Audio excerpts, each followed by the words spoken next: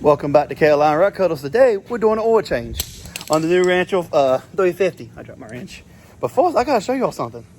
Here's the old Rancho. So if you watch my other video, you know the float got stuck. That's what the guy said. This is what I just drained out the oil. I took the plug out. That's what came out. That's gasoline, guys. Look at my hand. That's pure gasoline. This goes to show you, whenever you buy something new, make sure you always put new fluid on it. Okay. That's what the oil plug is. The big hole right there. You see the bigger one? It's a 17. So we'll take that out. We got the plug out. It's underneath there. It's hard to miss. It was a 17. 17 under there. You should know how to do that. Anyways, the filter, on the other hand, it's right here. This is the filter that you have to take off. It's right here. I got a 8mm, and you just got to take this cover off, and that should be the should be it. I'll go ahead and take this off. Y'all probably don't want to watch me do this, so I'll cut it off and be right back when I get it out. Okay. Now you're gonna take your rubber mallet and just you're gonna beat it and kind of get it off, break it loose. I probably should have broke that loose. Anyways, now be careful, guys, because this is cast. I don't know if it's cast, but it's brittle. Don't tighten it up. So I'll get this off right fast. It's gonna be a pain because it probably never been taken off. I ain't lying, this thing's probably never been taken off its whole life. So let me get it off right now. So I got it off. And yeah, it's been quite a while since it's been off. This one already says spring towards engine or whatever. See a spring, try not to lose that.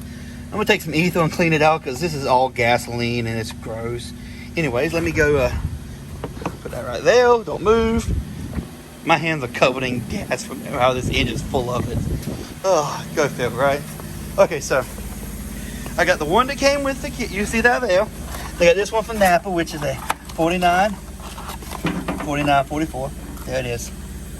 See, same thing. They're both the same thing. They came from whatchamacallit. This one came from Napa. Like I said, it's a 44.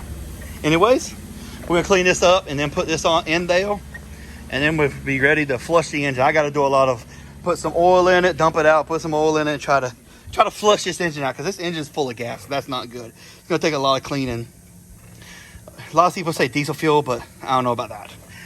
I might put a little bit in there, but we'll see. But I don't know. I might just use oil, fill it up. We have a lot of junk oil. Dump it in there, put it back out. Now go ahead and take the O-ring out, put a new one in it. Make sure you clean it off though, guys. Don't mess up and not clean it off. Okay, so now you just put it back in there, tighten the bolts up, and then put oil in it. So let me get this done. Okay, we got that in. Now do not over torque it, okay? You just want to turn it and right when it tightens, stop.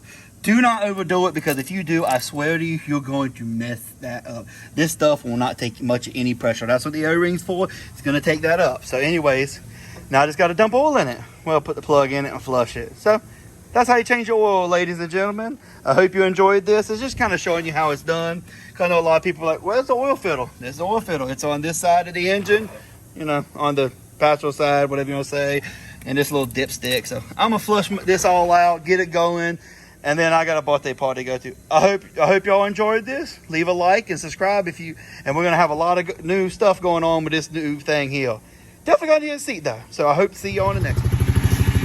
Okay guys, so I put oil in it and drained it, put oil in it and drained it again and again, about 2 or 3 times flushing out. Now I put oil in it again. Again, this is cheap oil that we have around just to flush stuff. And I'm kind of started it up, let it run, so that way all this cheap oil can go everywhere. And then I'm gonna let it sit overnight and then drain it all out, and hopefully that'll get all the gas out. I'm hoping. I mean, it's running way better than it did before, so we know this fixed the problem. And I got a lot of oil everywhere. So guys, hope you enjoyed.